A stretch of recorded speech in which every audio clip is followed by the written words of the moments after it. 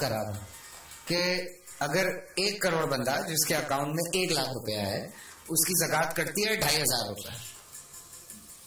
1 کروڑ بندہ جس کے اکاؤنٹ میں 1 لاکھ ہے اس کی زکات کٹے گی 2500 روپے. تو 2.5 ارب تو ایسے ہی چلے گئے, کہاں گئے پتہ نہیں کہاں جاتے ہیں. اور یہ میں نے بڑا کم لگایا ہے, میں نے بہت کم لگایا ہے. 1 کروڑ منیمم سے بھی منیمم ہے. یہ 23 کروڑ 24 کروڑ میں سے میں نے صرف 1 کروڑ لگایا ہے. سارا نظام سیاست پر لگ جاتا ہے, اوپر سے نیچے تک سیاسی رشوت کے طور پر یہ رقم ساری لگتی ہے. سب جانتے ہیں زکوٰۃ کمیٹیاں بنی ہوتی ہیں, ہر پارٹی اپنے زکوٰۃ کمیٹی کے ممبر چیئرمین کو دیتی ہے, اور یہی ہوتا ہے اس ملک میں. میں آ رہا ہوں. امین شہیدی صاحب, ایک بڑی امپورٹنٹ بات, بینک میں اگر آپ اہل تشہیر لکھ دیں تو زکوٰۃ نہیں کٹتی, ایسا کیوں ہے؟ یہ seriously I want to know. بسم اللہ الرحمن الرحیم. دیکھیے زکوٰۃ کا مسئلہ پاکستان میں کب شروع ہوا؟ جی مائک تھوڑا سا اوپر کر لیں آپ. ضیاء الحق کے دور میں. جی جب اس نے اسلامائزیشن کے حوالے سے کچھ اقدامات کیے اپنے تئیں, تو اس کے بعد اس کو باقی تمام چیزوں میں وہ اہمیت نظر نہیں آئی, پیسوں والے معاملے میں زیادہ اہمیت نظر آئی. تو اس نے زکوٰۃ کا نظام نافذ کرنا شروع کیا, اور زکوٰۃ اور عشر کا. ہمارے یہاں جیسے مفتی صاحب نے کہا, اس وقت اگر علماء اہل سنت بھی یہی کام کرتے تو یہ کام ہوتا ہی نہیں, لیکن انہوں نے یہ نہیں کیا. ہمارے علماء اکٹھے ہوئے, ہم نے کہا کہ بھئی زکوٰۃ ہمارے ہاں اپنے ارادے سے دینے سے کٹتا ہے, آپ کے زبردستی دینے سے نہیں, نمبر 1. دوسرا, ہمارے ہاں زکوٰۃ کا ایک نصاب ہے, آپ چپ چاپ پیسے کاٹتے ہیں, کوئی نہیں پتا کہ آپ کہاں دیں گے. ہم اس طرح سے نہیں کر سکتے, ہم اس شرعی نصاب کے تحت ہی زکوٰۃ دے سکتے ہیں. 2. تیسری چیز, جب میں زکوٰۃ دوں گا تو اس کے مستحق تک پہنچانا میری ذمہ داری ہے شرعی طور پر. اگر میں نے اس تک نہیں پہنچایا تو میں بری ذمہ نہیں ہوں. تو آپ جب کاٹیں گے تو آپ مجھے نہیں پتا کس ایم این اے کو, کس ایم پی اے کو اور کس کونسلر کو دیں گے, تو میں اس طرح سے بری ذمہ نہیں ہو سکتا. اس لیے ہمارے زکوٰۃ کا جو نظام ہے اس میں میں خود ذمہ دار ہوں کہ میں نکالوں اور ادا کروں. وہ ذمہ داری آپ کے اس کاٹنے سے ادا نہیں ہوتی, اس لیے میں آپ کو دینے کا پابند نہیں ہوں شرعی طور پر, میں اپنا زکوٰۃ خود دوں گا. یہ تھی اصل بات. سیکشن یہ ہے کہ جو اہل تشیع ہیں وہ زکوٰۃ نہیں دیتے. جنرل ضیاء الحق کو نہیں دیتے, جنرل صاحب کی وجہ سے. جبکہ ایک اور بات صاحب کو پتا ہے, باقی لوگ بھی جانتے ہیں, ہمارے ہاں پیسہ دینے کا رجحان باقی تمام مکاتب کے نسبت زیادہ ہے. اچھا, پہلی بات, زکوٰۃ آپ 2.5% کہتے ہیں نا, ہمارے یہاں ایک اور نظام بھی ہے اور وہ ہے خمس.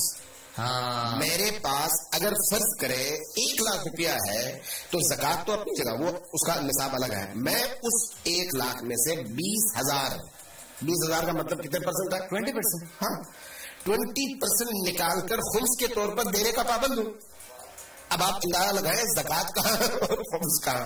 یعنی ہمارے یہاں دینے کا جو رجحان ہے وہ باقیوں کی نسبت بہت زیادہ ہے اس حوالے سے. اچھا, میں یہ حوالے سے تھوڑی سی ڈیٹیل جاننا چاہوں گا, لیکن چھوٹا سا بریک ہے, بریک سے واپس اب کر رہا ہوں کہ اگر 1 کروڑ بندہ جس کے اکاؤنٹ میں 1 لاکھ روپیہ ہے اس کی زکوٰۃ کٹتی ہے 2500 روپے. 1 کروڑ بندہ جس کے اکاؤنٹ میں 1 لاکھ ہے اس کی زکوٰۃ کٹے گی 2500 روپے. تو 2.5 ارب تو ایسے ہی چلے گئے, کہاں گئے پتہ نہیں کہاں جاتے ہیں.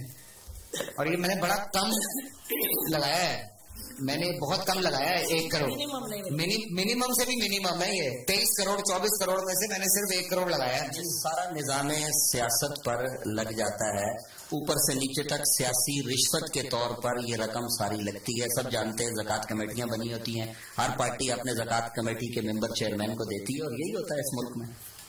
میں آ رہا ہوں. امین شہیدی صاحب, ایک بڑی امپورٹنٹ بات, بینک میں اگر آپ اہل تشہیر لکھ دیں تو زکوٰۃ نہیں کٹتی, ایسا کیوں ہے؟ یہ seriously I want to know. بسم اللہ الرحمن الرحیم. دیکھیے زکوٰۃ کا مسئلہ پاکستان میں کب شروع ہوا؟ جی مائک تھوڑا سا اوپر کر لیں آپ. ضیاء الحق کے دور میں. جی جب اس نے اسلامائزیشن کے حوالے سے کچھ اقدامات کیے اپنے تئیں, تو اس کے بعد اس کو باقی تمام چیزوں میں وہ اہمیت نظر نہیں آئی, پیسوں والے معاملے میں زیادہ اہمیت نظر آئی. تو اس نے زکوٰۃ کا نظام نافذ کرنا شروع کیا, اور زکوٰۃ اور عشر کا.